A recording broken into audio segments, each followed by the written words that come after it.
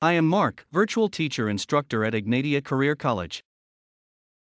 Today we'll teach fixtures, faucets and drain assemblies, blueprint reading, installation layout.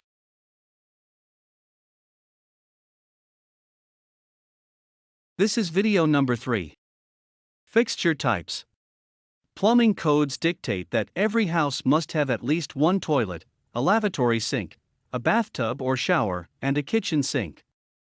Toilets must be self-cleaning during their flushing cycle and must have a toilet seat. Piping systems are installed behind walls and in floors and ceilings during the phase of construction. This phase is known as the rough phase. The piping terminations of rough ends are known as stub-outs. The stub-out pipes penetrate either the floor or the wall as dictated by the specific fixture requirements, and then they are connected to the fixture during the fixture installation phase, which is known as the trim-out phase of construction. This table lists common residential fixtures, which will be explained separately. Toilets. Two-piece combination toilets consisting of a bowl and a tank are installed most frequently. One-piece toilets are used in more expensive homes. A two-piece toilet must be assembled by a plumber on the job site, but a one-piece toilet does not require assembly. The most common residential toilet bowl design uses a siphon jet flushing action. When the tank handle activates a flushing cycle, the water flows from the tank and enters the rim of the bowl. Small holes in the rim are angled to allow the water to create a vortex. Another stream of water, known as a jet stream, exits the rim into the passageway of the toilet, providing the initial thrust in the flushing process. The vortex swirl begins a siphoning action to evacuate waste from the bowl. Once the siphoning action begins, the wastewater is pulled from the bowl and discharged into the drainage system. Toilet seats. Toilet seats are open front with lid, closed front with lid. The code that requires a minimum 21-inch clearance from the front of a bowl to a front wall. Lavatory sinks. A sink installed in a bathroom is also called a lavatory. A drop-in lavatory sink is more common than an under-counter lavatory sink. The faucet hole design, spread, must be compatible with the style of faucet being installed. A pedestal sink, common in guest bathrooms, mounts onto a wall and has a vertical leg. A wall-hung lavatory sink is more common in the commercial industry. Bathtubs. A bathtub, often called a tub, is used for soaking, but most tubs are used for showering as well. A standard residential tub is 5 feet in length and averages 30 inches wide. Most tubs are installed during the rough-in phase of a project, but some drop-in tubs are installed on top of tile or other solid surface after the finished surface is complete. The drain and faucet are typically located at the end of the tub known as the head wall. Drains can be located in areas other than the end of a tub, and the faucet can be installed in the most suitable location. The bottom surface of a tub slopes toward the drain, and every tub has an overflow hole, port, where an assembly known as a bath waste and overflow is installed. The figure compares a left-hand tub with a right-hand tub. Showers. A shower is considered to be a fixture. Shower units are installed during the rough-in phase. Many homes have tile shower bases and walls, in which case the plumber installs the drain, water piping, and faucet. A tiled shower base installed on a wood floor must have a safety pan installed before the tile is placed. A plumber usually installs the safety pan. The most common safety pan is PVC liner material sold in 4 feet and 6 feet widths and in custom lengths. Many handicapped showers have a factory-installed folding seat. Shower drains vary with the type of shower base. A fiberglass or other pre-molded shower base uses a different drain from many tiled shower bases. A corner shower is often referred to as a neo-angle shower. It is installed in the corner of a bathroom and is available in various widths. The drain location is dictated by the size of the shower base. Kitchen sinks. Most residential kitchen sinks have either a single or double bowl and are available in various materials. Stainless steel is the most competitively priced material, and cast iron is durable. Most kitchen sinks are surface mounted and installed into a countertop, but solid surface countertops can have sinks mounted from underneath. Surface mounted sinks, also known as self-rimming sinks, are manufactured with holes for installing the faucet directly onto the sink. Holes must be drilled into the countertop surface to install faucets for most under-counter sinks. A kitchen sink is usually installed in a standard width cabinet known as a sink base. The piping serving the sink is typical for most sinks. The plumber must often install the piping during the rough phase of construction before the sink is selected. The size of the drain opening is standard for all kitchen sinks. Most kitchens are equipped with an automatic dishwasher installed adjacent to the kitchen sink by a plumber. The hot water supply to the kitchen sink also serves the dishwasher. The drain for the dishwasher connects to the drain serving the kitchen sink. The faucet hole spread for a kitchen sink is typically 8 inches away from the hot to the cold faucet connections. Laundry sinks. A laundry sink is also called a laundry tray or utility sink. Bidets. A bidet is a specialty fixture that is not installed in most homes. It is a common fixture in many bathrooms in Europe and is growing in popularity in North America. Faucets and drain assemblies. Faucets are categorized by the fixtures they serve, and they include a variety of styles for each fixture. The table lists the faucet categories and the common handle configurations for each used in a residential home. All faucets must be designed to prevent backflow of wastewater into the water distribution system. All codes dictate that a faucet must have an air gap or be protected with a vacuum breaker or approved check valve. The air gap codes cover both water distributions and drainage systems. Lavatory faucets. The most common lavatory faucets have a 4-inch spread between the hot and cold handles. The most popular are single-handle and two-handle faucets. A single-handle faucet blends the hot and cold water with one handle. The spout is located directly below the handle. With a two-handle design, the user must operate both handles to achieve a desired temperature. Soft copper tubing is typically used to connect a single-handle faucet with the water supply tube under the sink. A male threaded extension is used to connect most 4-inch spread two-handle faucets to the hot and cold water supply tubing. A lavatory faucet is installed onto a plumbing fixture in various ways depending on the type of faucet and the manufacturer's design. A tightening nut and flat washer are used to secure most faucets to a fixture.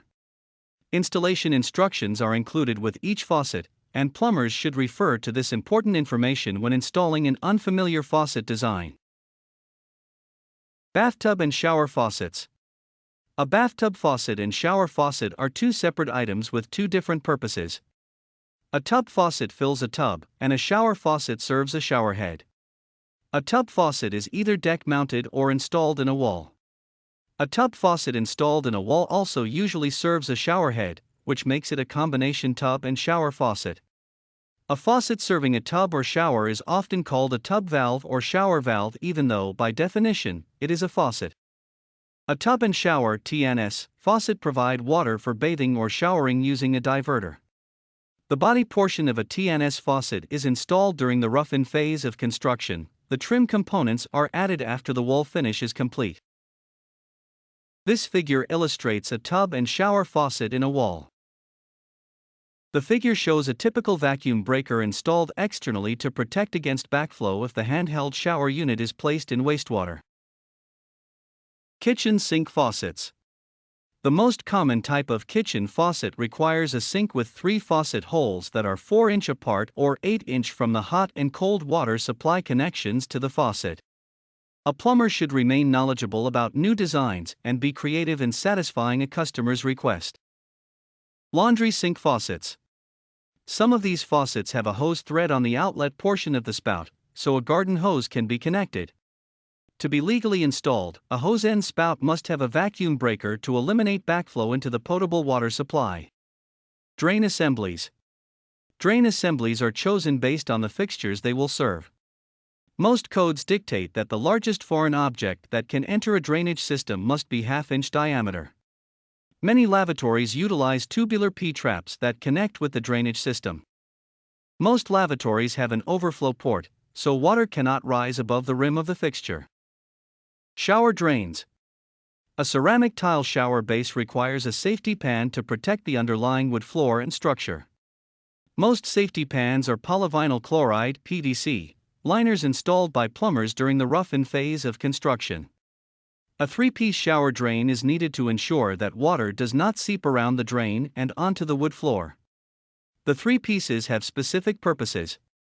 The threaded top portion is adjustable to allow for varying tile thicknesses. This is where the perforated strainer and screws are secured.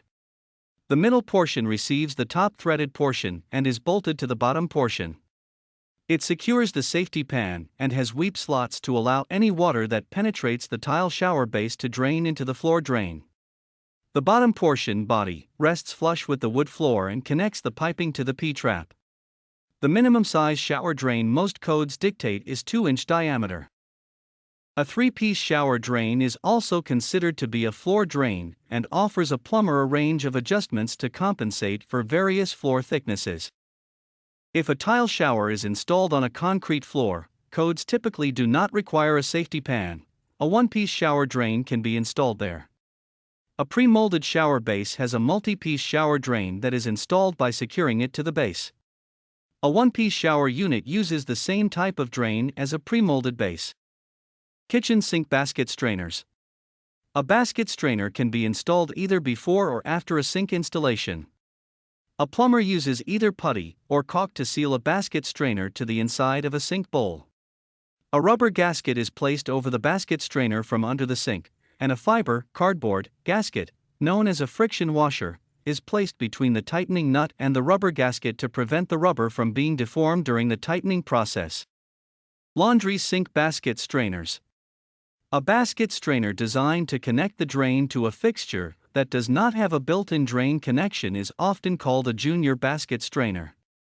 It is so called because it is smaller than a kitchen sink basket strainer.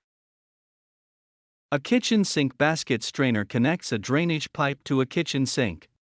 Some of the parts are removable strainer, basket, rubber, spacer, etc. Bidet drain assemblies. A linkage assembly allows a user to control the plunger with a lift rod located near the faucet. The drain assembly is sold with the faucet and matches its finish. A bidet drain assembly is similar to a lavatory pop-up assembly and uses a linkage assembly to operate the drain from above the fixture.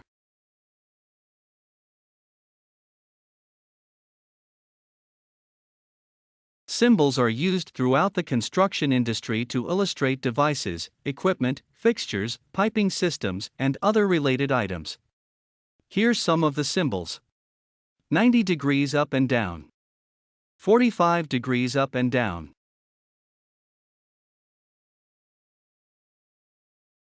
T's have 3 connecting pipes and are illustrated much like 90 degrees offset. Perpendicular T configuration. A P-trap is a combination of 90 degrees up and 90 degrees down symbol. Piping systems. Piping systems are illustrated to indicate the specific type of system, or they can be customized. Cap, reducer, and plug symbols. Cap, reducer, and plug symbols indicate specific installation instructions within a piping system. Valve and device symbols. Valve and device symbols indicate an installation location within a piping system.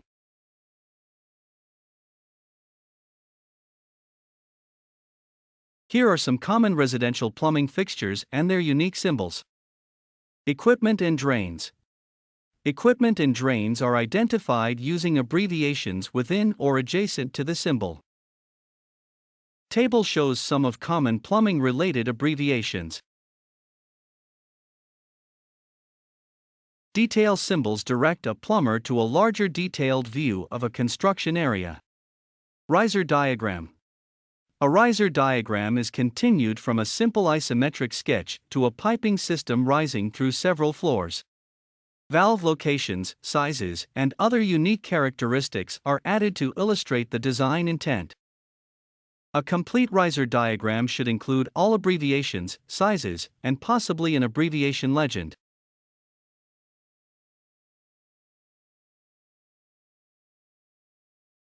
Layout and installations. A house built on a concrete slab requires that the building drain be installed below ground. Piping exiting a basement is either through the foundation wall or below the concrete floor.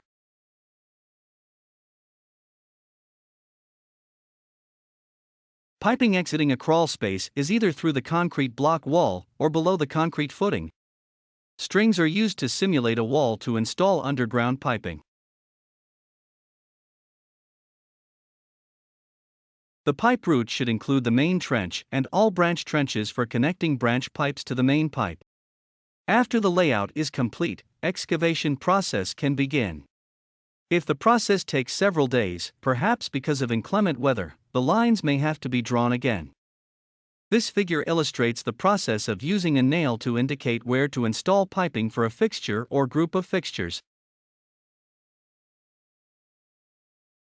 A carpenter can cut a floor joist and install a header per local code to provide an opening for a tub drain location.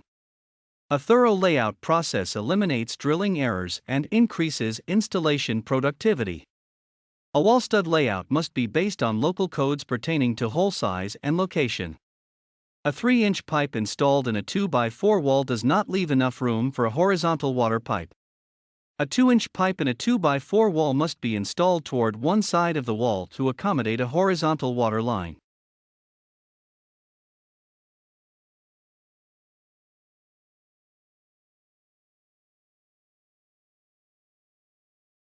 A manufacturer rough-in sheet provides important information about installing piping and fixture support in a wall.